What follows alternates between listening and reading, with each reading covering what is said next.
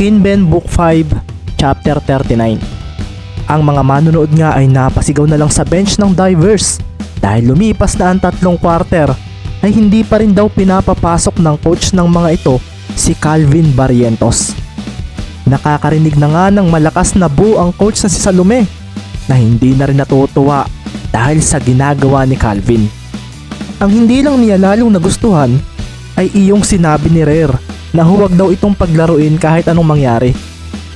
Lumamang na nga ng 10 ang Ormin sa kalagitnaan ng huling quarter. Nagpaulan kasi ang 3-point shooter ng Tamaraws na si Magsaysay at huling-huli ni Chavez ang galawan nito. Simpleng catch and shoot lang ay lagay loob na ang mga ito na pupunto sila. Hindi nga pumunto si Ramirez. Ito ay sa kadahilan ng inasawa niya sa depensa si Rare Marquez at kapwa pawisan na nga ang dalawa ng oras na iyon. Hindi ko alam kung anong kalokohan ang naisip ninyo, pero kung hindi ninyo paglalaroin si Barrientos ay wala na kaming magagawa. Humihingal na wika ni Ramirez kay Rare na napakuyom na lang dahil hindi siya basta mapasahan ng kanyang kasamahan nang nasa kanila ang possession. Inuulan na nga ng malakas na buwan Divers at maging si Reggie Aguilar ng Palawan Falcons ay sinisigawan na rin si Calvin na kalmado lang na nakaupo sa kanilang bench na parang walang pakialam sa nangyayari. I don't know kung bakit ganito ang ginagawa ni Coach Salome, pero this game was an embarrassment sa atin. We lose sa game natin sa Ormin at ngayon mangyayari rin sa kanila dahil lang sa hindi pagpapalaro kay Calvin. Injured ba siya? Sabi naman ni Derek Soco sa katabi niyang si Tank na pinagmamasdan si Rare na nagpipilit pa ring makatakas kay Ramirez. Kagaya nga ng mga manonood ay naguguluhan na rin ng ibang mga teams na narito sa venue. Parang ipinapatalo raw ng PPC ang laban sa ginagawa nila. Makikita nga rin si Mendez na nakatingin lang sa bench ng Divers at pagkatapos ay nakita na lang niya si Rare na biglang nag-step back sa harapan ni Ramirez. Nakakuha na rin daw ito ng bola at walang ano-ano'y pumuntos kaagad ito. Hinalit noon ng basket kaso mabilis na sumagot ang Ormin nang idakdak ni Salonga ang bola sa harapan ng defender nito na natawagan pa ng foul. Mas lalo tuloy kumawala ang malakas na boo para sa Divers matapos yon.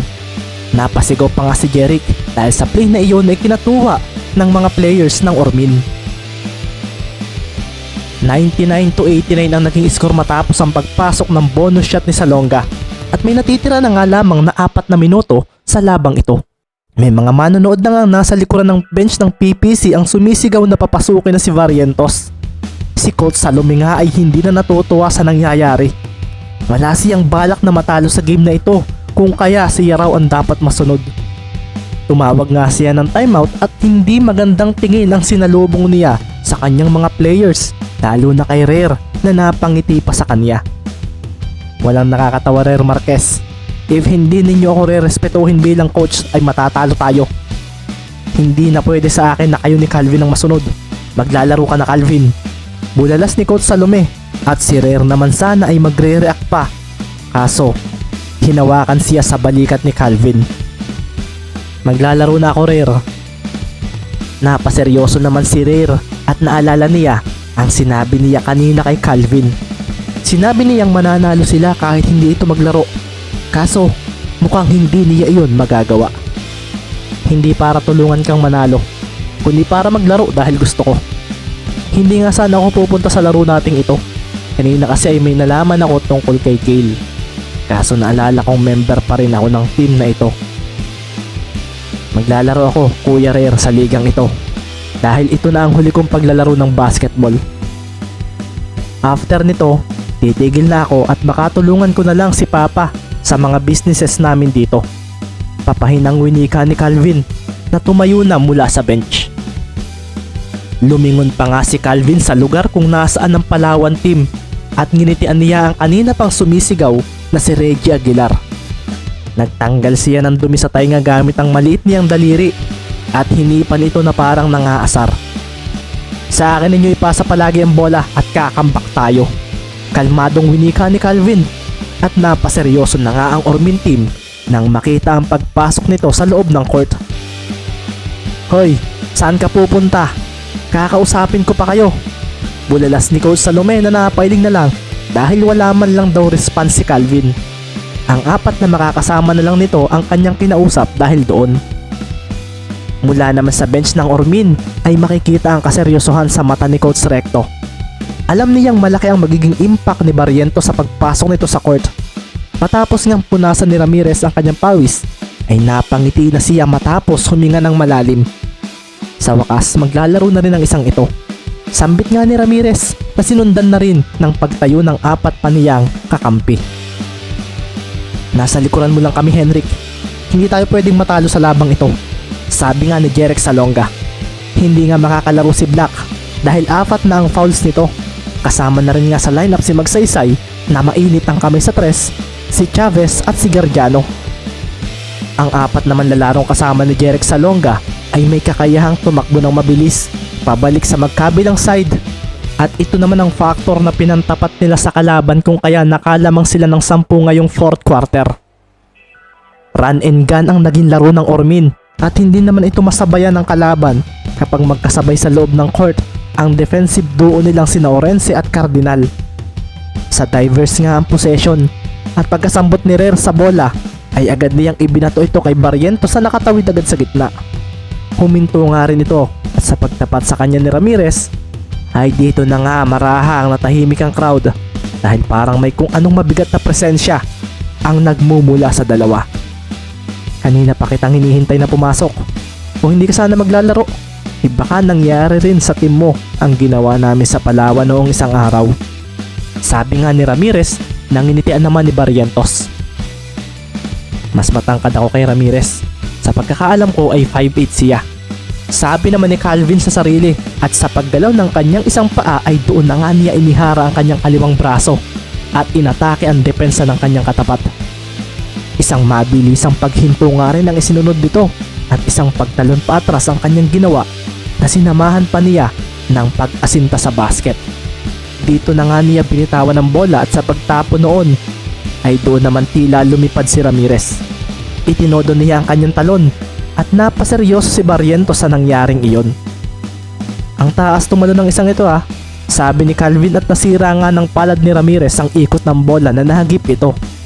Sa paglapag nga nila sa ibaba ay doon naman umabante si Barrientos at dito na nga niya iniwanan ang kanyang katapat. Kumalampag ang bola sa ring at sa pagbalik nito ay doon naman tumalon si Salonga para sa rebound. Ito ay matapos niyang i-box out si Cardinal na napakuyom na lang dahil natalo siya sa pwestuhan. Hawak na nga ng mga kamay ni Salonga ang bola, kaso isang sigaw mula kay Ramirez ang narinig niya. Nasa likuran na pala nito si Barrientos at gamit ang kanang kamay ay dinakma nito ang bola at ibinalik sa basket sa pamamagitan ng dunk na nagpaseryoso sa mga manonood. Isang putback dunk iyon at si Salonga ay napaseryoso na lang nang bumagsak siya, at kasunod noon ay ang paglapag ni Barrientos na tumakbo na lang para pabayaan siya. Depensa na, sigaw naman ni Rere na napangiti sa isip dahil sa ginawa ni Calvin. Pakiramdam nga niya ngayon ay mananalo na sila, at kahit ayaw man niyang tanggapin ang pagkabigo ng sinabi niya kanina sa kanyang kaibigan, ay iba pa rin talaga kapag kasama si Calvin. Huwag natin silang mapuntusin, bulalas pa nga ni Rere, at sa pagdating ni Chavez na dala ang bola ay doon naman niya ito dinipensahan. Si Henrik naman ay makikitang pinopostehan ng mas malaking si Barrientos. Ipasa mo sa akin, Granger. Bulalas pa nga nito na ikinahanda ni Barrientos.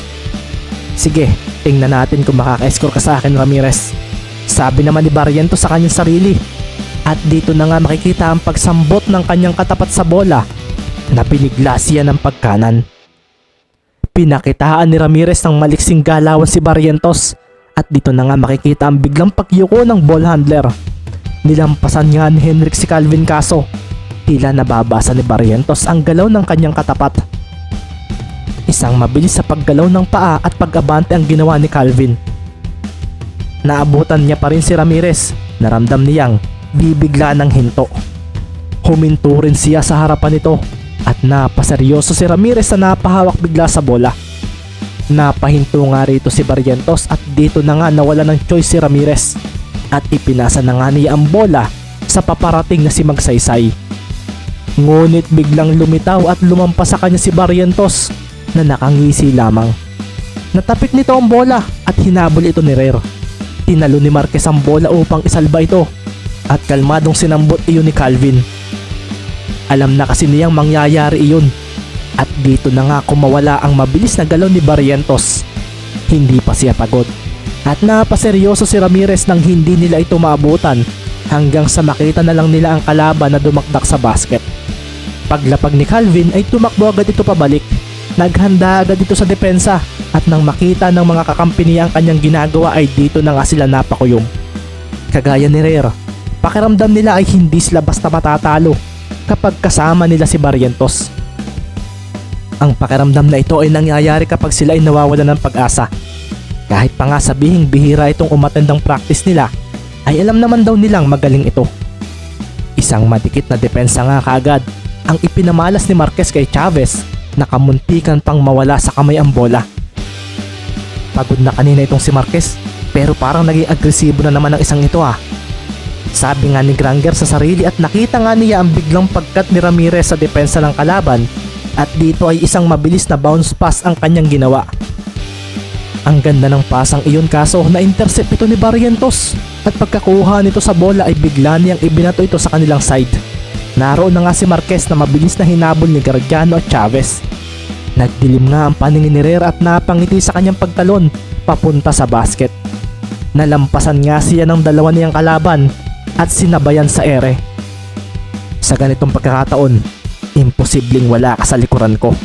Sambit nga sa sarili ni Rare at isang no-look pass papunta sa likuran habang nasa ere ang kanyang ginawa. Ang mga nasa bench ng PPC at ang mga manonood ay napatayo nang dumating si Calvin na mabilis pa ring nilampasan ni Ramirez na itinodo ang paghabol. Pagkakita nga ni Calvin kay Ramirez sa isang biglaang pagkana ng kanyang ginawa. Kasunod nga nito ay ang isang mabilis sa pagkaliwa ng kasama ang bola at ang mga nakasaksi noon ay napatayo at napakuyom.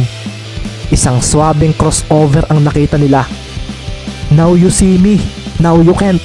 Bulalas pa nga ng commentator at makikita nga ang mataas sa talon ni Barrientos at dito na nga niya idinakdak ang bola. Nayanig ang board at dito na nga nagwala ang crowd at kasabay noon ay ang pag-chant nila sa apelyidong Barrientos.